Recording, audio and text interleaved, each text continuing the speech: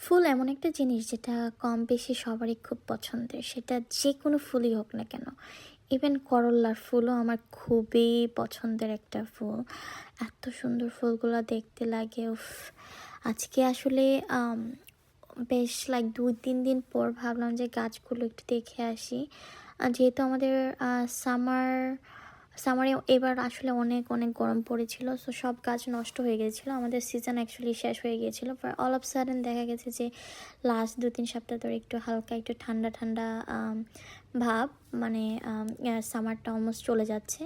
তো এখন দেখি সব গাছে একটু, একটু করে মানে নতুন করে পাতা-টাতা মেলে বের হচ্ছে খুব সুন্দর হয়ে। মনে হচ্ছে যে একদম নতুন গাছ।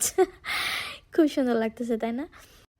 তাই ভাবলাম যে আজকে একটু শেয়ার করি। তো গেলাম একটু পানি দেওয়ার জন্য, গিয়ে দেখি মাশাআল্লাহ আমার লাউ গাছ একদম মরে গিয়েছিল, এখন আবার নতুন করে হয়েছে, একদম বড় বড় পাতা হয়েছে। এবং দেখতে পাচ্ছি যে করল্লাও মানে বের হচ্ছে, নতুন নতুন করলা বের হচ্ছে। আমি থাকবে কিনা বা খেতে পারবো কিনা জানি না, কজ ঠান্ডা তো পড়ে গেল, হয়তো বেশি ঠান্ডা পড়ে গেলে তো ওগুলো নষ্ট হয়ে যাবে। বাট তারপরও দেখে ভাল লাগছে যে হ্যাঁ হচ্ছে। আর এদিকে আমার আমড়া গাছ, এটা হচ্ছে আমার আমড়া গাছ। এই বছর শুধু একটাই আমড়া হয়েছে। অনেক হয়েছিল অ্যাকচুয়ালি, বাট গরমে সব ঝরে পড়ে গেছে। এখন জাস্ট একটাই গাছে আছে, দেখা যাক এটা খাওয়া যায় কিনা, হোপফুলি।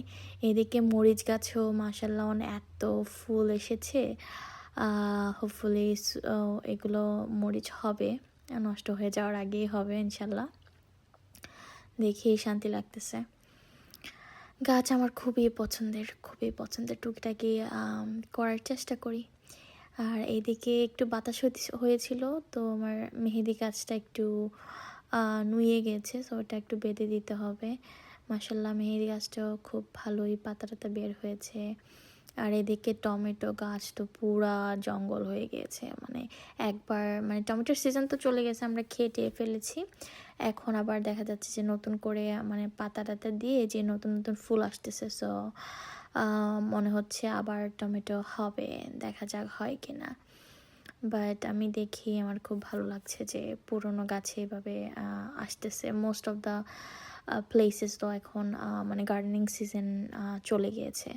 বাট ক্যালিফোর্নিয়াতে একটা সুবিধা, ওয়েদার খুবই ভালো থাকে মোস্ট অফ দ্য টাইম, যার জন্য দেখা যায় যে আমাদের গার্ডেনিং পিরিয়ডটা একটু লেন্দি হয়। দেখা গেছে ২-৩টা মানে সিমও আসতেছে।